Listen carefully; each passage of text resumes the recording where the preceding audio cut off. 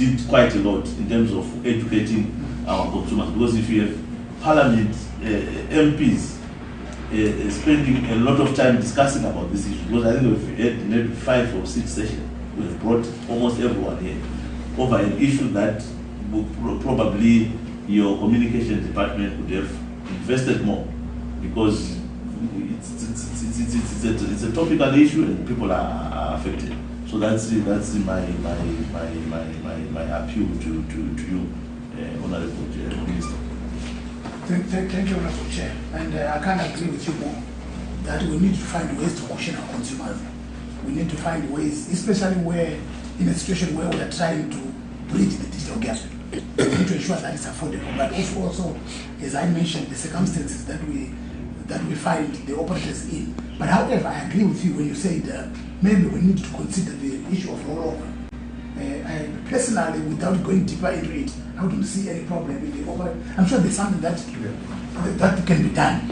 I agree with you. We need to do our best to try and ensure that we protect our consumers.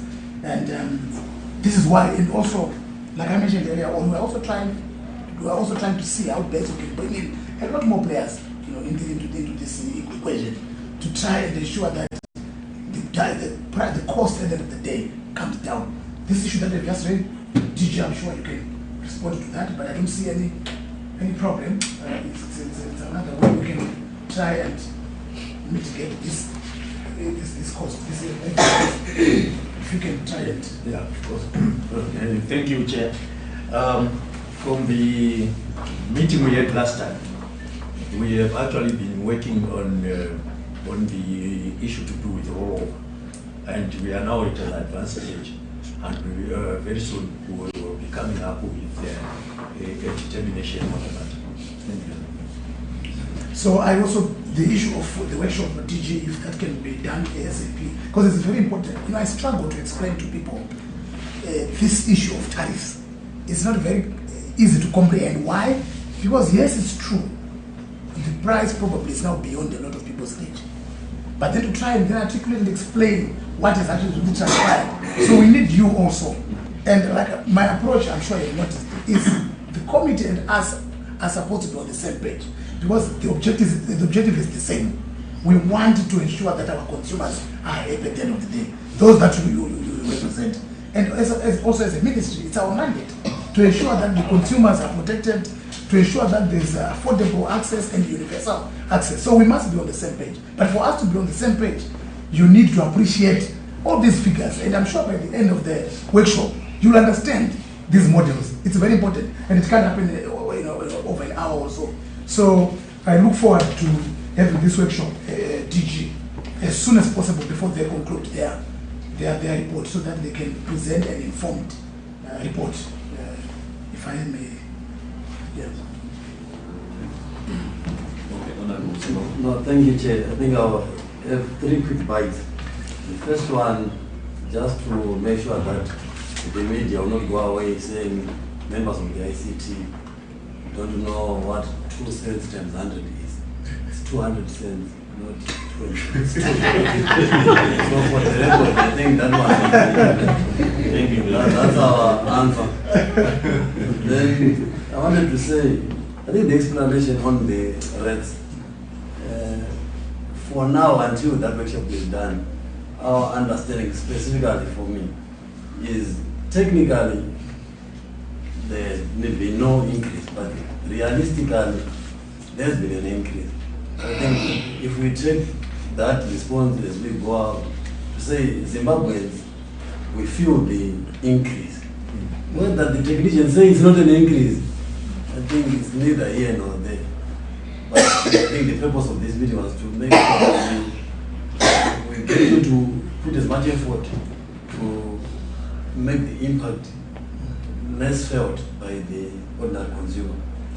Then I want, from your presentation, I think there's somewhere where you drifted in saying the other area that increases the cost is the forex component.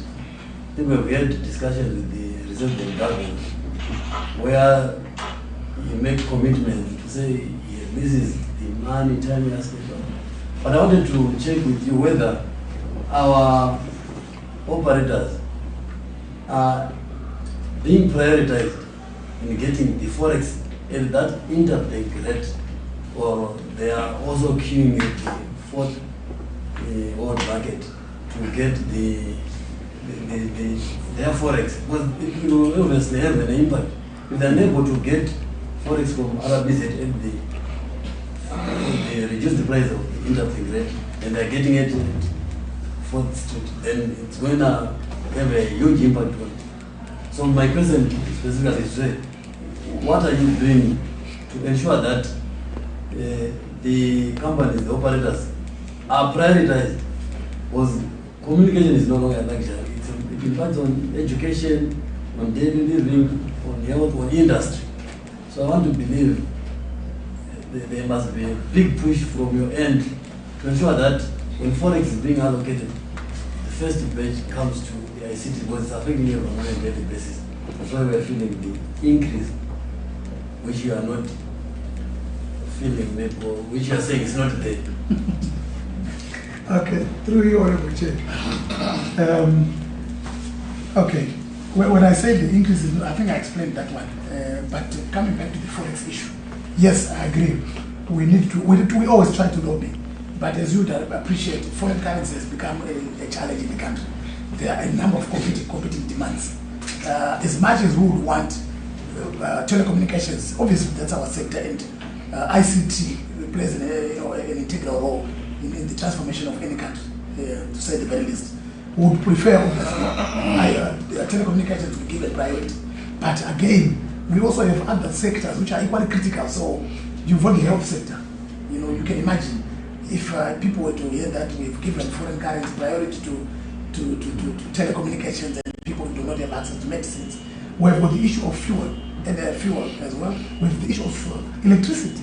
So all I'm trying to say is there's a lot of competing demands for the same scarce foreign currency. Yes, they do get here and there, but not as frequently as we would appreciate, as we would want, as people are in the sector. But again, we hope and trust that as the economy improves, as we go along, maybe we'll have enough foreign currency to satisfy all the sectors. Yeah, we need to wrap up our time. Yes. If it's related to costs. To foreign currency, yes. Okay. Thank you, Chair. Sorry, I had said it was my last question. But now that it was the foreign, I'm wondering, Honorable Minister, why then we are in this tight corner where everyone is crying for foreign currency, and we have these service providers servicing some companies that are foreign currency generating? Why don't you allow them to charge those few certain percentage in foreign currency, so much so that they won't come, so operators won't be coming to queue on the interbank market and the reserve bank, and they generate the few foreign currency they can? Because definitely there are some companies that are exporting and they've got foreign currency.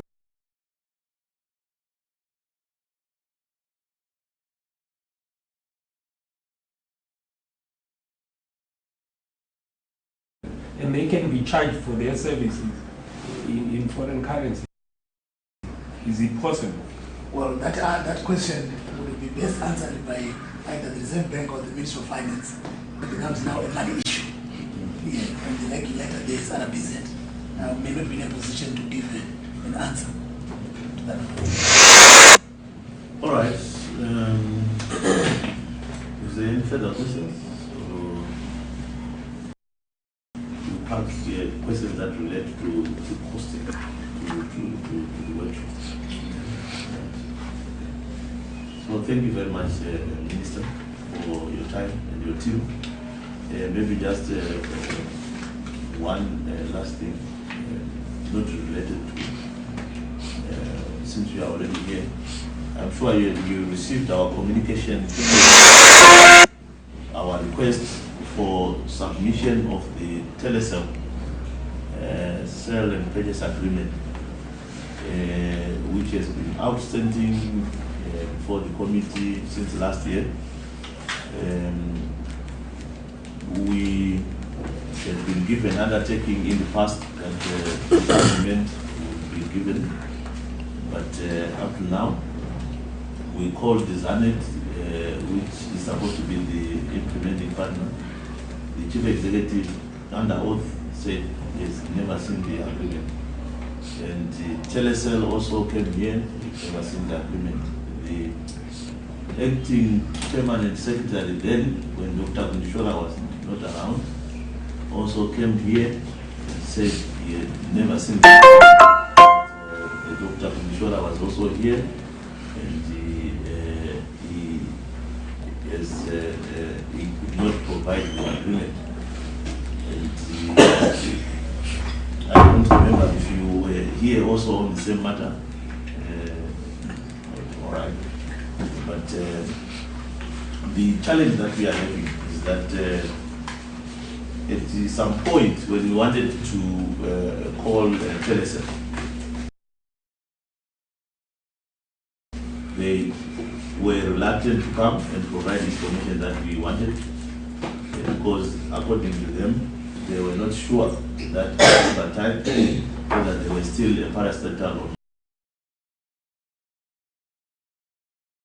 not, because the agreement had not gone through. There were issues of payment, and the person who was selling trying to reverse the transaction and all that.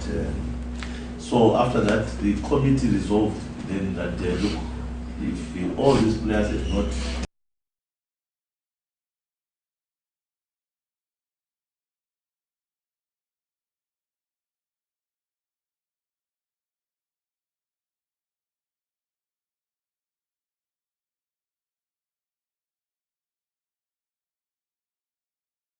seen this agreement, which is in our view, and also after legal advice from Parliament, is a public document, and we now have a parastatal that is no longer very comfortable, called the parastatal. We then resolved to request the document, and after many promises, we had reached a stage last meeting where, in fact, we have a resolution that we must summon the document. And as before the summons were issued, because the summon part is the most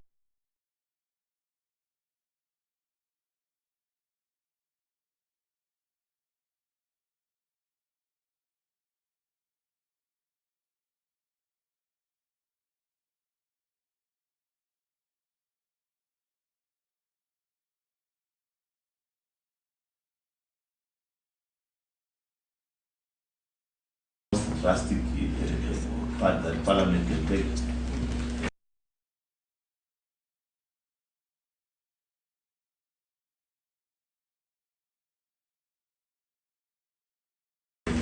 As people that are working together well, I decided to make a visit at your ministry. Unfortunately, you were not there, it was Captain Day.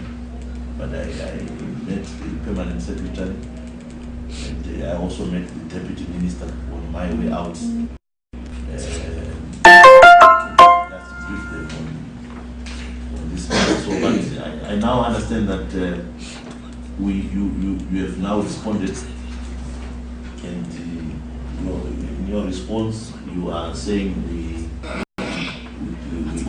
cannot provide that document because the agreement was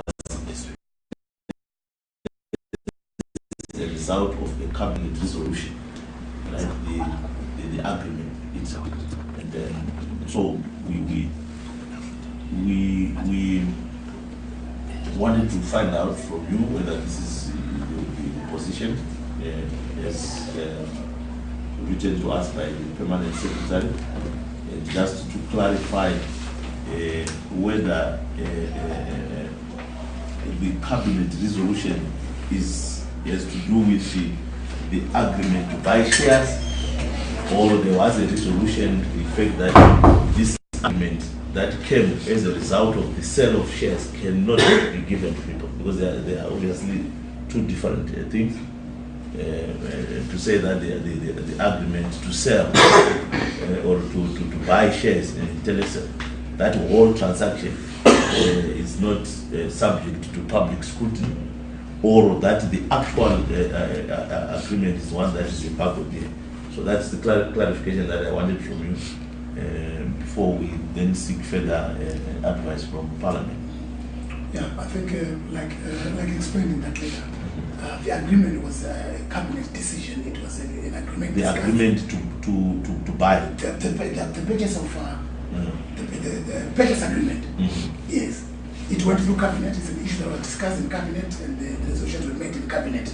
So as such, it becomes a cabinet confidential paper, which if I am to produce it, I will need cabinet approval to do that, because it's a cabinet confidential agreement. And also, I haven't actually gone through the agreement myself, but I'm not so sure if there is no confidentiality clause. There could be a confidentiality clause as well, which involves the other party, because it's not just our party, the government party. There's also, remember, there's another person, there's a third party, also who is party to the agreement. So there's an issue of confidentiality as well, but most importantly, it's a cabinet paper. And then coming back to the issue of parastatal. No, let us. Okay. So you are confirming under oath that you have not seen the agreement also? Personally, I've not. There was. It's not like I cannot see it if I want. If I want to see it, I'll see it. But it hasn't been. There hasn't been any need to date to actually go through the agreement. But if I want to have access so to it, the agreement was between who and who? Because if Zanet has not seen the agreement, and the ministry has not seen the agreement, and no one has seen the agreement, the agreement was between who and who? to be perfectly honest, this would appreciate that the terms of agreement was done before I came into office. So I wouldn't know exactly what transpired, but there is an agreement. There's a purchase agreement, definitely. There is an agreement which went through cabinet. And who would ordinarily sign such an agreement? Well, personally, I would know. Maybe the DG can have an idea, or PS would know that is how to sign an agreement that involves. Is it not the Ministry of Finance? Yeah. It's the government. It's the government. And what is the role of Zanet then?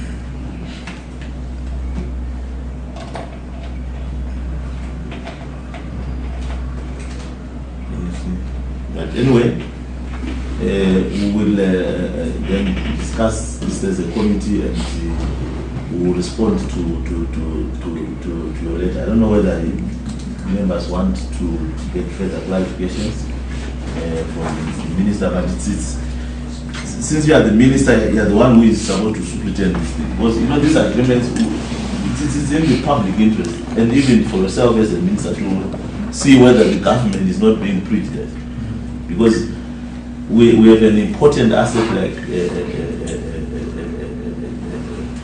Telecel that we have, and a decision to buy must naturally be a sound decision that benefits the country. You know, and I would assume that if things were being done in a normal sense, the ministry or at least the implementing arm, which is Zanet, from what we've gathered, should at least be privy to the agreement. You know, and even now, when we were meeting with the, I think we were told that the money that was used to buy the shares was put in some escrow account somewhere, and the person where the money was supposed to go to has not also received the money. So you can see the problems that we have with this agreement, and it's a matter that we are empowered to exercise our oversight role, because obviously there are public funds that are involved, and so we take note, and I think we will seek further legal advice from Parliament on the next course of action. You know, but it's not a witch hunt, and we just need to be comfortable and relax. I hear you, Just to buttress this point, we had a meeting also with the legal telecom, whereby they are laying their cables on top of the infrastructure of ZESA. Then when the CEO, what we requested for the document, and he said yes, he was going to provide. Then later on, they wrote to us and said no, it was they cannot give us that document. So, and yet they are doing that with it's public funds when it comes to ZESA. So you see, we start to get worried when some of the contracts that are entered to, they cannot really make them accessible to the community. So we started thinking maybe there was something. So we get worried when we are not able to access some of important documents that have an implication on the generality of Zimbabwe. Yes, I hear you. I can't really, I'm not a legal food myself. I can mislead. Yes, because I don't know whether if there's a confidentiality clause, I'm just assuming that there could be a confidentiality clause between Liquid and ZESA. How is that treated when it comes to parliamentary issues? I may not be privy to how that is handled, because I'm not really a legal person. Yes. Yeah, all right. But anyway, these are measures that we are pursuing. If you find someone's coming your way, it doesn't mean that we are now enemies. We are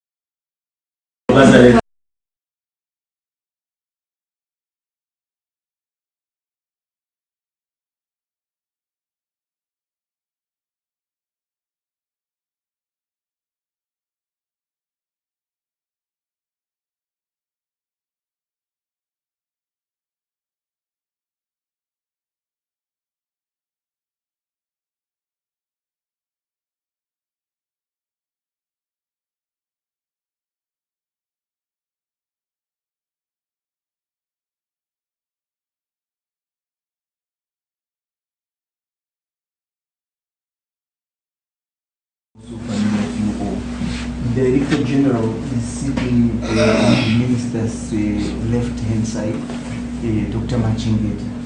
And also with us we have two officers, Mrs. Nsekwa and Mr.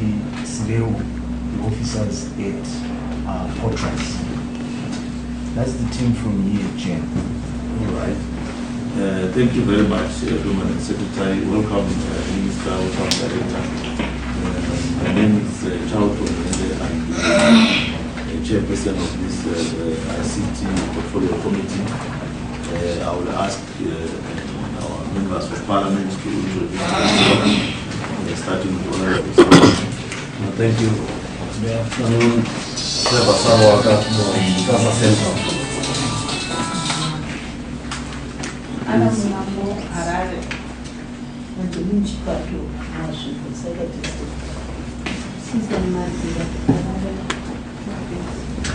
Good afternoon, my name is Charlton.